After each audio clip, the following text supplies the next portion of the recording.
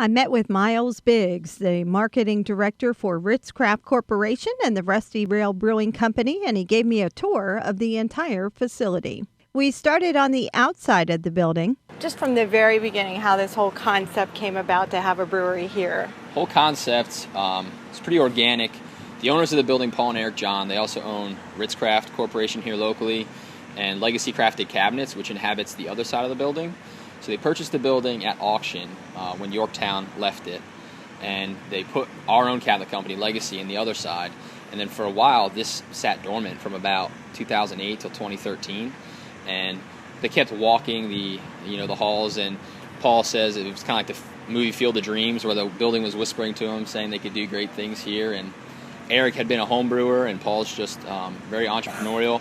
So they were looking at what they could do with the space, and they landed on a brew pub. And it's really been a great way for them to give back to the community, to build up a piece of history here, because this building is over 100 years old. It was really at the center of Mifflinburg in the 1900s because of the railroad tracks that run right here. They built wooden truck bodies for Ford and Chevy in this building and then put them on the rails and sent them up to Michigan. Next, it was on to a private room and wine cellar. It's our vault room, we call it. It's right off the wine vault. Oh, neat. And this is great for having, large family dinners or, birthday parties, and it's really tucked back away from everything. It's beautiful. And then you have your own wine cellar. And then, so this is the original, vault doors and vault. We took the safe out and then built up the wine storage. So we have a whole bunch of local wines from places like Shade Mountain, but a lot of California, Australian, different styles, reds and whites. So a lot of people think we might just do beer. We do brew our own beer, but we have a hard cider on tap for a gluten-free option. We have a full wine cellar, and then we have a full liquor license too. So mixed drinks, we can do it all. The bar is the main focal point when you enter the restaurant. The bar is just beautiful. Talk about how you designed the bar. So the bar was, first we thought, hey, we might buy an old bar, like an old 1900s bar. Those are kind of hard to find. It didn't really fit the space the way we wanted. So all the cabinets in the back bar are actually built by Legacy Crafted Cabinets, our sister company. So it was great to be able to showcase their work.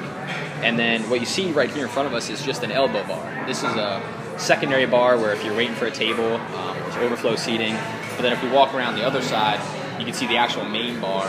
And it was built from wood from in the building, one of these big beams that we cut out when we removed flooring. And there's a sunroom for small parties. So our all seasons room, it's a part of the beer garden, and we have windows that open accordion style, so you can be outside when it's warm, but when it's colder, it's a whole wall of windows, so it feels like you're outdoors all season long.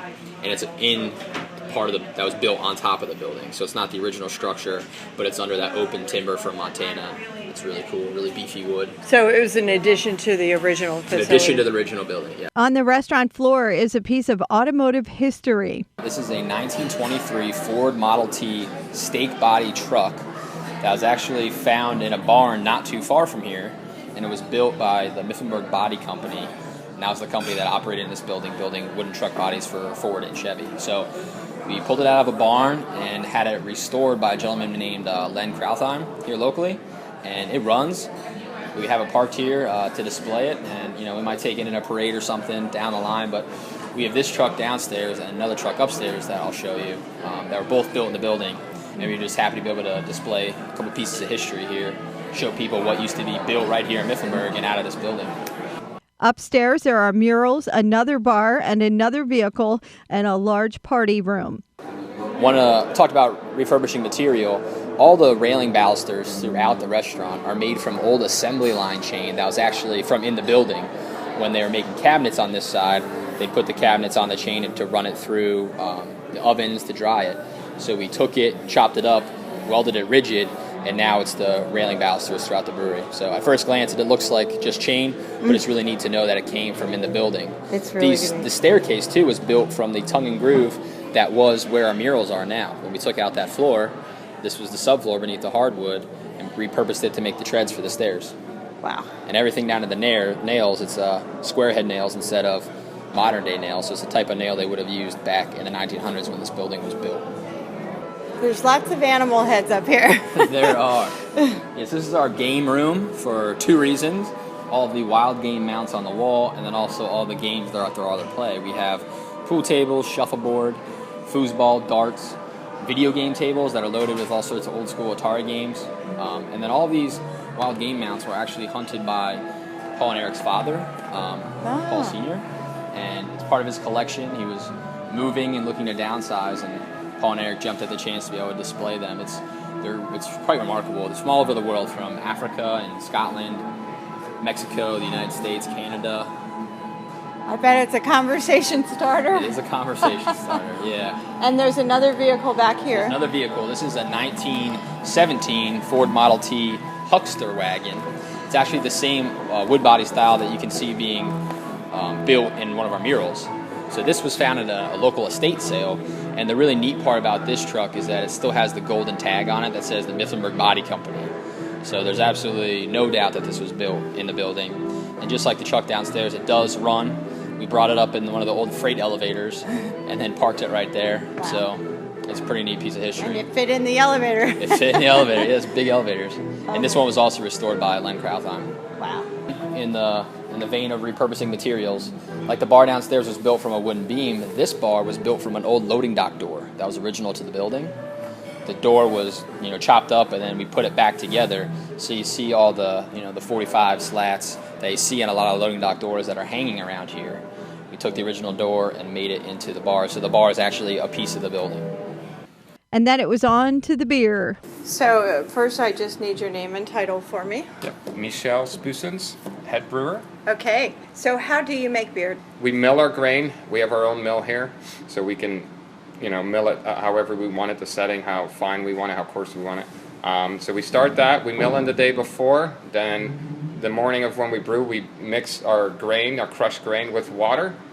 It sits in almost like a giant tea bag, if you would say. Mm-hmm. So what we're trying to do is we're trying to extract all the sugars from the grain. So during that process, which takes about an hour, we collect the sugars. Then we'll actually recycle it, push all the sugars towards the bottom.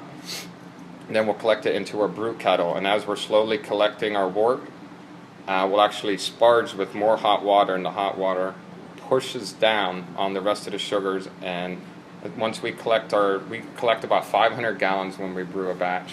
We'll bring that wort up to a boil, and from the boil we add our hops. We can add any kind of flavorings if we do. We've done orange peel in certain beers, pumpkin when we put in it, cinnamon, anything you can think of nowadays we could put in there. Then we boil it for anywhere from an hour to an hour and a half, depending on the beer style. And then what we do next is we run it through a heat exchange, cool it down as quickly as possible, and we run it into one of our 5 fermenters. Once all the beer is in, we pitch the yeast. The yeast eats all the sugars inside. That creates the alcohol. It sits in there for about 7 to 10 days, depending on the beers that we make. Most of our beers are ales. We actually take the yeast out and then move it into one of our holding tanks, our bright tanks over here. From there, we drop the temperature down to like 32 degrees. We carbonate it, and then from there, we either bottle it or keg it. Wow. So how much beer is in this room right now? About 5,000 gallons, probably. So if it's sitting every 7 days, so you're constantly making beer? Yes, we usually brew anywhere from 2 to 4 times a week. That's what we've been doing lately. That's amazing. So we'll brew anywhere from 1,000 to 2,000 gallons a week. With the bottled beer, you're obviously in a lot of different areas across the... Yeah, right now we're in about 35 counties across Pennsylvania.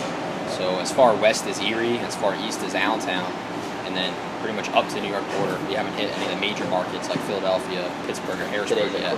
We'll do that after we expand. The brewing is really just...